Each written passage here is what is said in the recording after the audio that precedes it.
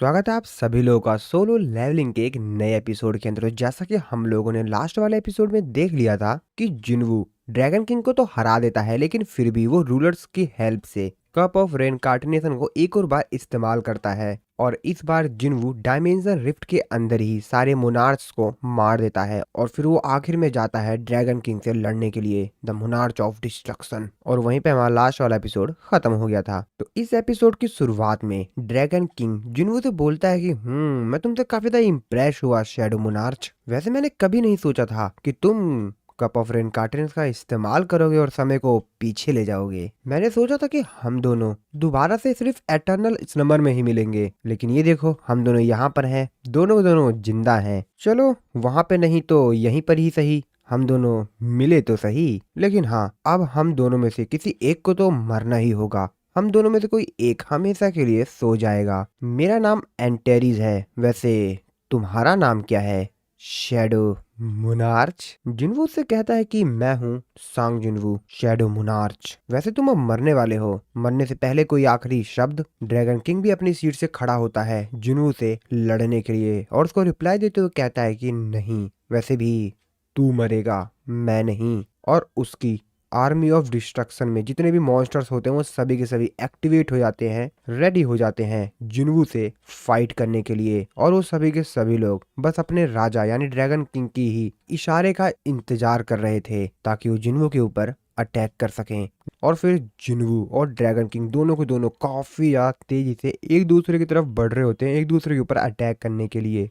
दोनों के दोनों अपने वीपन से एक दूसरे के ऊपर अटैक करते हैं, ड्रैगन किंग अपनी बड़ी सी स्वॉर्ड से और जिनवू अपने फादर के डैगर से। साथ ही में इनके जो शैडोज होते हैं यानी आर्मी ऑफ डिस्ट्रक्शन के मॉन्स्टर्स और जिनवू के शैडो आर्मी के सारे शैडो सोल्जर्स, ये लोग भी एक दूसरे के ऊपर काफी तेजी से अटैक करते हैं। और फिर वो सीन वहीं पर ही कट हो जाता है। हाँ दोस्तों, ड्रैगन किंग और शैडो मोनार्च यानी कि एंटेरीज और जिनवू की इस फाइट को यहीं पर ही कट कर दिया जाता है। इसके आगे की हमको कहानी बताई नहीं जाती है कि आखिरकार इन दोनों में से कौन जीता, ड्रैगन किंग हारा या नहीं। लेकिन जिस तरीके से जिनवू ऑफ डायमेंशन रिफ्ट से बाहर आता है अपनी दुनिया में वापस, तो इसका मतलब ये है कि ड्रैगन किंग हार चुका है वो आखिरी फाइट और अब जिनवू अर्थ पर वापस आने वाला था। जिनवू हम लोगों को बताता है कि वो डायमेंशन रिफ्ट के अंदर लगभग 27 साल से भी ज्यादा समय तक रहा है। और जहां तक मेरे को लग रहा है जिनवू का स्टार्टिंग से कुछ ऐसा ही प्लान था, क्योंकि जिनवू जानता है कि डायमेंशन रिफ्ट के अंदर अगर हम बहुत सारा समय बिता भी देंगे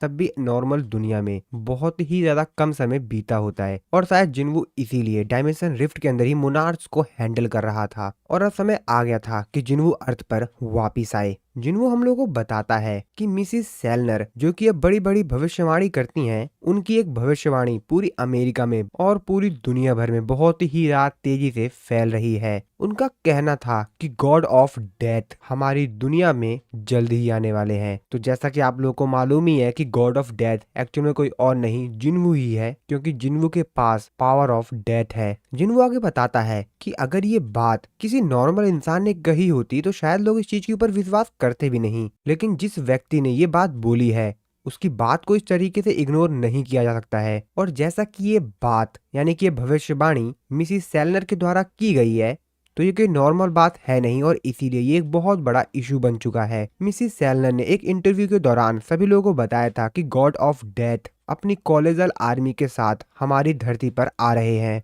और जैसा कि आप सभी लोग जानते हैं कि मौत से कोई नहीं बच सकता, तो उनसे बच के भागना बेवकूफी ही होगी, कोई फायदा नहीं होगा उससे। ये बात है लगभग आज से 2 साल पहले की, जब एकदम से उनकी थर्ड आई खुल गई। मिसिस सेलनर ने इससे पहले काफी सारे प्रिडिक्शंस की हैं, जैसा कि एक बार मिसिस सेलनर ने नॉर्थ कोरिया के डायरेक्टर की डेथ की प्रिडिक्शन की थी कि उसकी मौत एक एयरप्लेन हाईजैक में होगी जो कि टेररिस्ट के द्वारा किया जाएगा और स्टॉक मार्केट क्रैश हो जाएगी। तब से लेकर अब तक उन्होंने बहुत सारी भविष्यवाणी की है, काफी सारे प्रिडिक्शंस की हैं। तो अपने प्रिडिक्शन के साथ साथ एकदम एक्यूरेट टाइम और समय भी बताती हैं और इसी वजह से वो हरदम कंट्रोवर्सी में ही रहती हैं, लेकिन उनकी प्रिडिक्शंस कभी भी गलत नहीं गई और इसीलिए लोग उनके प्रिडिक्शंस के ऊपर विश्वास करते हैं और सभी लोगों को उनकी एक भविष्यवाणी ने पूरी तरीके से शॉक्ड कर दिया, हैरान कर दिया, जब उन्होंने बताया कि ये दुनिया खत्म होने वाली है। और इस बात को सुनने के बाद सभी लोग काफी ज्यादा हैरान थे। और फिर अगले दिन कुछ होता भी वैसा ही है। सियोल के आसमान के ऊपर एक बहुत बड़ा ब्लैक होल, जो कि इतना ज्यादा बड़ा था कि पूरे के पूरे आसमान को ही कवर अप कर ले, पूरे आसमान को ही अपने अंदर समा ले, इतना बड़ा ब्लैक होल ओपन होता है। और इसके बाद तो मिसिस सेलनर की बात पूरी दुनिया भर में फैल गई। पूरी दुनिया की हेडलाइंस में सिर्फ वही छाई हुई थी। और इस तरफ सभी लोग उस ब्लैक होल को ही देखते रहते हैं, जो कि बहुत ही ज्यादा बड़ा था। वो सभी लोग काफी ज्यादा हैरान होते हैं। वो कहते हैं कि आखिरकार ये है क्या, आखिरकार उसको देखो तो सही, मतलब क्या निकल रहा है उसके अंदर से। वो सभी लोग अपना फोन निकाल कर उसको रिकॉर्ड कर रहे होते हैं। सभी लोग बड़े ध्यान से देख रहे होते हैं कि आखिरकार इस ब्लैक होल के अंदर से कौन निकलेगा, क्या सच में गॉड ऑफ डेथ इसके अंदर से निकलेंगे। सभी लोग बस उस चीज को ही देख रहे होते हैं। कहते हैं वो देखो खुल गया खुल गया, अरे वो खुल गया खुल गया। सभी लोग काफी ज्यादा चिल्ला रहे होते हैं कि अब क्या होगा क्या होगा। सभी लोग काफी ज्यादा हैरानी से बस उसी की तरफ देख रहे होते हैं। लेकिन उसके अंदर से कुछ निकलता ही नहीं है। वो लोग कहते हैं कि चल क्या रहा है, इतनी देर हो गई इसको खुले हुए, कोई निकल ही नहीं रहा इसके अंदर से। हाँ, ब्लैक होल तो ओपन हो गया है, लेकिन इसके अंदर से कुछ आ क्यों नहीं रहा है। सभी लोग काफी ज्यादा हैरान होते हैं। वो लोग तो इंतजार कर रहे होते हैं कि इसमें से कुछ निकले, लेकिन हम लोगों के पीछे किसी को देखते हैं तो एक्चुअल में ये कोई और नहीं, जिन्वू ही था, जो कि असल में इस ब्लैक होल के अंदर से निकला था। लेकिन इन लोगों को तो दिखाई ही नहीं दिया। जिन्वू चुपचाप से उन लोगों को बिना बताए वहां से पीछे से निकल रहा होता है। लोग तो बस उस ब्लैक होल को ही देख रहे होते हैं कि उसके अंदर से कोई निकलेगा, लेकिन असल में जिन्वू तो उसके अंदर से निकल चुका है और लोगों को तो उसकी मालूम भी नहीं है। और जब जिन्वू वहां से जा रहा होता है कि तभी वहां पर कोई एक फूलों का गुलदस्ता लेकर उसका वेट कर रहा होता है। तो फाइनली आप आ गए वापस मिस्टर जिन्वू, कॉन्ग्रेचुलेसन, आप सेफली अर्थ पर वापस आ गए। और वैसे मैं आपको कहूँ मिस्टर जिन्वू या शैडो मोनार्च, वो जिन्वू को फूलों का गुलदस्ता देते हुए कहता है कि वैसे मैंने ये कभी भी सोचा नहीं था कि आप एक छोटे बच्चे की तरह बाहर निकलेंगे। जिसपे जिन्वू से कहता है कि तुम्हें क्या लगता है, मैं अपनी बड़ी हुई दाढ़ी लेके बाहर निकलता या बड़े होकर? लोग यहाँ पर मेरे को देखकर काफी ज्यादा हैरान हो जाते। सभी लोग तो अभी भी उस गेट में से किसी के निकलने का इंतजार कर रहे थे, लेकिन उन लोगों को क्या ही मालूम कि जिसको इस ब्लैक होल के अंदर से निकलना था वो तो कब का निकल चुका है। जिसपे जिन्वू उस इंसान को थैंक्स बोलते हुए कहता है कि मेरे को काफी अच्छा लगा कि कम से कम एक इंसान तो है जो कि मेरे वापस आने पर मेरा स्वागत कर रहा है। जिसपे जिन्वू तो कहता है कि वैसे काफी ज्यादा अमेजिंग है, सच में बहुत ही ज्यादा अमेजिंग कि आप उन सभी मोनार्च को अपने दम पर हराकर वापिस आए। लेकिन मैं सेंस कर सकता हूँ कि आप जितने कदम चल रहे हैं, आपके हर स्टेप पर मिलियंस ऑफ शैडो सोल्जर्स का वेट है। तो आप उन शैडो सोल्जर्स को भी यहाँ पर ले आए। मैं इस चीज को सेंस कर सकता हूँ। जिसपे जिन्वू उससे बोलता है कि वैसे मेरे को एक डाउट है कि तुम मेरे को सिर्फ यहाँ पर फूलों का गुलदस्ता देने तो आए नहीं होगे, वैसे रूलर के एनवॉय को मेरे से क्या काम? जिसपे वो जिन्वू को बताता है कि रूलर ने आपके लिए एक मैसेज दिया है शैडो मोनार्च। उन्होंने मेरे से कहा था कि जब आप वापस आए धरती पर तो मैं आपको ये मैसेज बता दूं। वैसे जो मैं आपको बात बताने वाला हूँ इसमें काफी समय लगेगा, तो कैसा रहेगा कि हम अपनी बातचीत कहीं और करें? जिसपे जिन्वू कहता है कि ठीक है, वैसे मैं एक जगह जानता हूँ जहाँ पर हम बैठकर आराम से बात कर सकते हैं, तो चलो चलते हैं। और फिर जिन्वू उसको एक आइसक्रीम शॉप पे ले आता है जहाँ पर जिन्वू आइसक्रीम खा रहा होता है, क्योंकि जिन्वू अब एक छोटा बच्चा है तो यार वो एंजॉय तो करेगा ही ना। जिसपे वो जिन्वू से कहता है कि वैसे आपको मिला भी तो क्या एक आइसक्रीम शॉप? जिसपे जिन्वू से कहता है कि काफी लंबा समय हो गया है,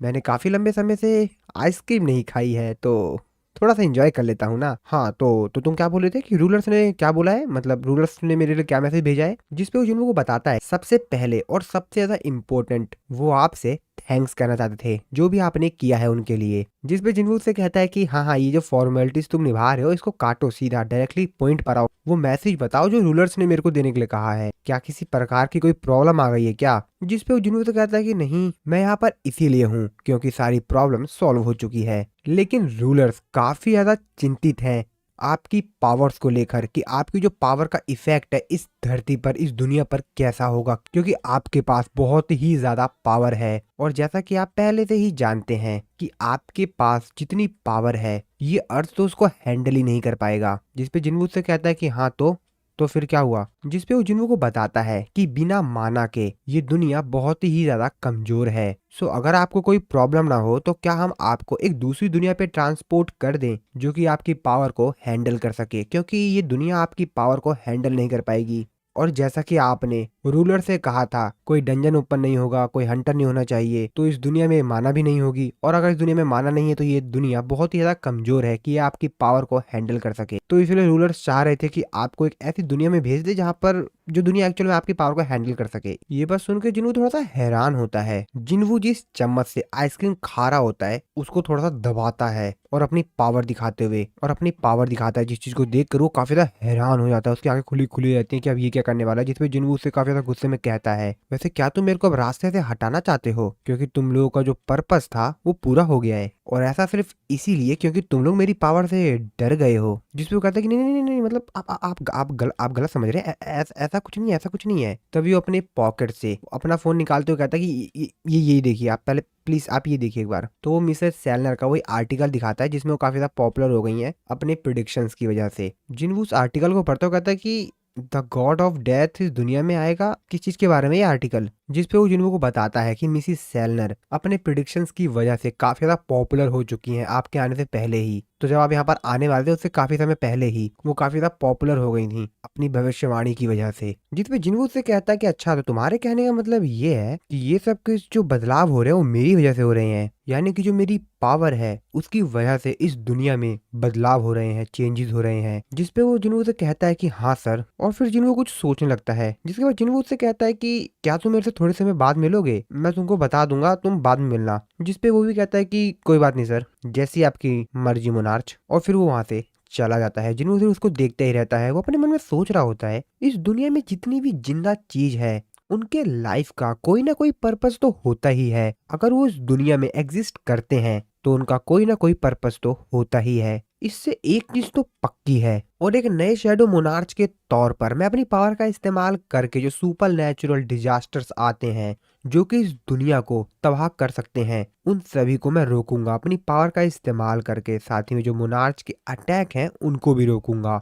लेकिन फिर भी इन सब के बावजूद भी एक क्वेश्चन उठता है, एक सवाल, क्या सच में किसी को मेरी यहाँ पर जरूरत ही नहीं है? और तभी जिन्वू को कुछ अजीब सी फीलिंग होती है। वो अपने आप से कहता है कि ये कैसी फीलिंग है? और तभी उसके साइड से यानी शॉप के बाहर से मिस चाइन वहां से गुजरती हैं। इस चीज को जिन्वू सेंस कर लेता है और वो काफी ज्यादा हैरान होता है। तभी वो भागते हुए बाहर जाता है तो वो वहां पर देखता है कि असल में वहां पर सही में मिस चाइन ही थी। हालांकि जिन्वू के दिमाग में अभी भी वही सवाल चल रहा था कि अब से मेरे दिमाग में हरदम एक क्वेश्चन रहेगा, क्या मेरे को अर्थ पर रहना चाहिए या नहीं? लेकिन वो साथ में मिस चाइन को भी देख रहा था। और तभी मिस चाइन रुकती है। वो अपने मन में सोचते हो कहती हैं कि आइसक्रीम के अंदर से भी इतनी अच्छी स्मेल आती है क्या? तो एक्चुअल में उनको शायद ये जो स्मेल थी, महक थी, वो जिन्वू के अंदर से आई होगी। इसके बाद जिन्वू अपने आप से कहता है कि लेकिन मेरे पास कोई रीजन तो होना ही चाहिए जिसकी वजह से मैं यहाँ रुकूं, यानी अर्थ पर। और हाँ, मेरे पास वजह है कि मैं अर्थ पर क्यों रुकूं, क्योंकि जिन लोगों से मैं प्यार करता हूँ वो यहीं पर रहते हैं। साथ ही में वो लोग जो कि मेरे से पहले प्यार किया करते थे या मैं उनसे प्यार किया करता था, वो भी यहीं रहते हैं। और अगर ऐसी बात है तो फिर तो मेरे पास रीजन है कि मैं अर्थ पर क्यों रहूं। और मेरे को लगता है कि ये काफी ज्यादा बड़ा रीजन है और काफी अच्छा रीजन भी है कि मुझे अर्थ पर क्यों रहना चाहिए। मुझे वजह मिल गई है और अब मैं यहीं पर रहूंगा। साथ ही में मैं ढूंढूंगा अदर रीजन्स भी जिसकी वजह से मैं यहीं रहूं। और वो सिर्फ मिस चाइन को ही देखता रहता है। इसके बाद हम दूसरी तरफ पुलिस स्टेशन का सीन देखते हैं। तो एक्चुअल में पुलिस स्टेशन में मिस्टर च्यूल काम करते हैं। तो जैसा कि अब इस दुनिया में हंटर जैसी कोई चीज तो है नहीं, तो इसीलिए ये पुलिस डिपार्टमेंट में एक पुलिस ऑफिसर की तरह वर्क करते हैं। मिस्टर च्यूल अपने माइंड में सोच रहे होते हैं कि कभी कभी मेरे को पता नहीं कोई अजीब सी फीलिंग आने लग जाती है, मतलब बहुत अजीब सी। कभी कभी मेरे को ऐसा लगता है कि मैंने पता नहीं कितनी सारी चीजें खो दी हैं। मैं उस समय तो अपना दिमाग ही खो देता हूँ। बड़ी ही बेकार फीलिंग होती है वो। मेरे को ऐसा लगता है कि मैंने बहुत बहुत कोई इंपॉर्टेंट चीज भूल गया हूँ। मैं कोई इंपॉर्टेंट चीज भूल गया हूँ, लेकिन इससे कोई भी फर्क नहीं पड़ता कि मैं उसको कितनी बार याद करने की कोशिश करता हूँ। बल्कि उल्टा, मैं जितनी बार उस चीज को याद करने की कोशिश करता हूँ मुझे ऐसा लगता है कि मैं और भी चीजें भूल गया हूँ। लेकिन यार, जहां तक मेरे को याद है ऐसी तो कोई चीज है नहीं कि मैं इतनी इंपॉर्टेंट चीज भूल जाऊं। मुझे नहीं पता ये कैसी फीलिंग है। और जब भी मैं इस चीज के बारे में और भी ज्यादा डीपली से सोचने लगता हूँ तो मुझे ऐसा लगता है कि मैं अंदर से खाली हो गया हूँ एकदम। पता नहीं मुझे ऐसी क्यों फीलिंग आती है। तो शायद दोस्तों हो सकता है ऐसा इसलिए हो रहा हो क्योंकि जो मिस्टर च्यूल हैं वो जिन्वू के साथ काफी लंबे समय तक रहे हैं और जिन्वू अब अर्थ पर वापस आ गया। तो मे भी ये इफेक्ट हो सकता है अभी श्योर नहीं है, हम लोग को शायद कहानी में आगे पता चले। तो मिस्टर वू च्यूल असल में एक ऑफिसर हैं वायलेंट क्राइम डिवीजन के। और फिर मिस्टर च्यूल अपना दिमाग फ्रेश करने के लिए कॉफी पीने के लिए जाते हैं। तभी उनका एक साथी उनको कॉफी देते हुए कहता है कि ये लीजिए सर। वैसे सर आप किस चीज के बारे में सोच रहे हैं, आप इतना क्यों सोच रहे हैं? मिस्टर च्यूल उससे कॉफी लेते हुए उसको थैंक्स बोलते हैं, उससे कहते हैं कि अरे नहीं नहीं। मिस्टर च्यूल भी अपने मन में सोच रहे होते हैं कि हाँ मुझे भी लगता है कि मेरे को काम के समय पर इतना सब कुछ नहीं सोचना चाहिए। दूसरे लोगों को भी पता चल जाता है कि मैं कुछ ना कुछ सोच रहा हूँ। नहीं नहीं नहीं, मुझे काम के समय पे इतना नहीं सोचना चाहिए, लेकिन मैं उस चीज के बारे में सोचना बंद भी नहीं कर पाता हूँ, पता नहीं क्या चीज है वो। तभी मिस्टर च्यूल अंदर आते हैं तो वो वहां पर कुछ लोगों को बैठा हुआ देखते हैं जो कि काफी ज्यादा डरे हुए होते हैं। मिस्टर च्यूल कहते हैं कि कौन है ये लोग? तभी उनका जो जूनियर साथी होता है वो कहता है कि अच्छा ये लोग, वेल ये लोग तो सर। और इससे पहले कि वो कुछ बता पाता, वही लोग जो वहां पे बैठे हुए होते हैं अपने हाथ में हथकड़ी बांधकर, वो बेचारे काफी ज्यादा डरे हुए होते हैं। वो कहते हैं कि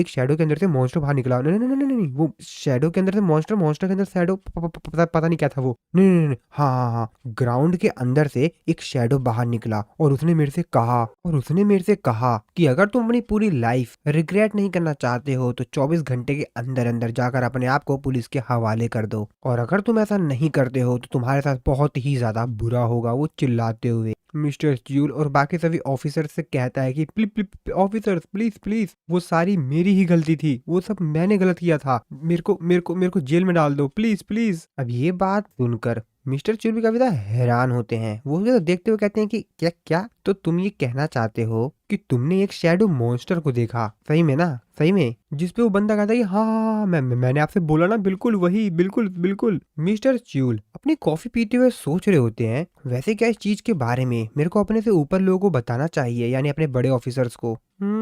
चलो बाद में देखते हैं, बाद में सोचते हैं इस चीज के बारे में। तभी उनका जो एक ऑफिसर होता है वो मिस्टर च्यूल से कहता है कि मिस्टर च्यूल हमको मीटिंग रूम में चलना है, हमारे जूनियर स्टेटमेंट्स को ले आएंगे और जो भी डॉक्यूमेंट्स उसमें रिक्वायरमेंट है वो ले आएंगे, चलिए हम लोग मीटिंग रूम में चलते हैं। ये बात सुन के मिस्टर च्यूल कहते हैं क्या मीटिंग रूम में? तभी जो उनका एक साथी जूनियर होता है मिस्टर च्यूल को, वो कहता है कि जिसने की अभी भी कॉफी दी थी, तो वो कहता है कि हाँ ठीक है मैं संभाल लूंगा, आप लोग चलिए मैं आता हूँ सामान लेकर जो भी है। इसके बाद हम लोग देखते हैं मीटिंग रूम का सीन, जहाँ पर मिस्टर च्यूल अपने ऑफिसर से कहते हैं क्या आप ये कहना चाहते हैं कि आप उस इंसान को छोड़ देंगे जिसने अभी अभी अपना गुनाह कबूल किया है, उसने एक्सेप्ट तो किया है कि उसने वो क्राइम किया है, और आप उसको बस ऐसे ही छोड़ देना चाहते हैं? जिसपे उसका जो सीनियर होता है वो उससे कहता है कि अपना वॉइस धीरे रखो, वो लोग हमको इस रूम से भी सुन सकते हैं, यहाँ से आवाज बाहर चली जाती है, आराम से बोलो। जिसमें मिस्टर च्यूल उनसे आराम से कहते हैं कि सच में आप उनको छोड़ना चाहते हैं उन लोगों को? आप जानते भी है ना कि अगर आपने ऐसा किया तो क्या होगा? जिन पे उनका सीनियर इसी रूम में से बाहर देखते हुए कि इनको कोई सुन तो नहीं रहा है ना, तो मिस्टर च्यूल से कहता है नहीं मैं तुमसे ऐसा नहीं कह रहा हूँ कि हम लोग उनको छोड़ ही देंगे, मैं बस तुमसे ये कहना चाह रहा हूँ कि ठीक है हम लोग उनको यहाँ से जाने देते हैं, हम लोग उनको बाहर जाने देते हैं, कोई दिक्कत नहीं है। उसके बाद हम लोग देखेंगे कि आखिरकार 24 घंटे के बाद क्या होता है, क्योंकि जैसा कि उन लोगों ने कहा था कि उस शैडो ने उनसे कहा था कि अगर वो लोग 24 घंटे के अंदर ऐसा नहीं करते हैं तो उसके साथ बहुत बुरा होगा। तो मैं भी देखना चाहता हूँ कि आखिरकार उन लोगों के साथ होता क्या है। जिसपे मिस्टर च्यूलो से कहते हैं कि सर मैं आपको बता रहा हूँ, वो लोग बेवकूफ हैं, उन लोगों ने बस नशा कर लिया था और इसीलिए वो लोग ऐसी बेकार की बातें कर रहे थे, और ऐसा कुछ भी नहीं है। और ऐसे कैसे किसी मॉन्स्टर को देख ले रहे हैं? और हाँ, अगर उन लोगों ने ऐसा कोई मॉन्स्टर देखा भी है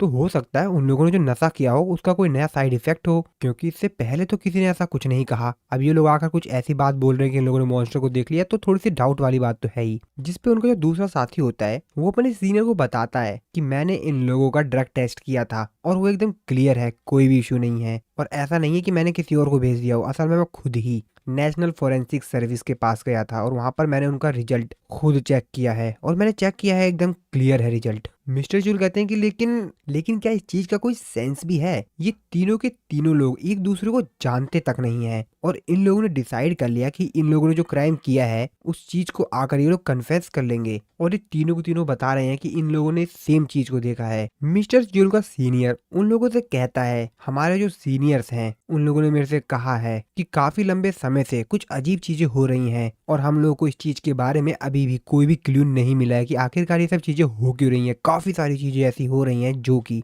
काफी ज्यादा अजीब है, और इसीलिए हम लोगों के पास कोई भी चॉइस नहीं है, और अगर हम लोगों को क्लू ढूंढना है तो हम लोगों को ये करना ही होगा। तो चलो ठीक है, इन लोगों के लिए एक बेहतर कंडीशन बनाते हैं ताकि ये लोग फिर से वही हरकत कर सकें। और जैसा कि इन लोगों को धमकी मिली है तो देखते हैं क्या होता है, जिस पर मिस्टर च्यूल अपने सीनियर से कहते हैं लेकिन सर क्या होगा अगर इन लोगों के साथ कुछ बुरा हो जाए, जिस पे उसके जो दोनों साथी होते हैं वो हंसने लगते हैं और वो हंसते हुए मिस्टर च्यूल से कहते हैं कि वैसे मिस्टर च्यूल क्या तुम भूत वगैरह में विश्वास करते हो? और मुझे नहीं पता था कि यार तुम्हारा कुछ ऐसा भी साइड है। इन सब चीजों के ऊपर ध्यान मत दो तुम, समझे? मिस्टर च्यूल कहते हैं हाँ ठीक है समझ गया। उनका सीनियर वहां से जाते हुए मिस्टर च्यूल से कहता है कि ऑफिसर वू च्यूल चिंता मत करो, कुछ भी नहीं होगा बुरा। इतना क्यों सोचते हो यार तुम चिंता मत करो, हम इन लोगों को एक स्टोरेज रूम में ले जाएंगे और देखते हैं कि आखिरकार इन लोगों के साथ क्या होता है। और इतना चिंता मत करो, काफी सारे स्ट्रॉन्ग ऑफिसर्स उन लोगों के ऊपर ध्यान रखेंगे और अगर वो लोग वहां से भागने की कोशिश करते हैं तो वो लोग उनको हैंडल कर लेंगे और अगर कुछ भी बुरा भी होता है तब भी वो लोग वहां पर देख लेंगे।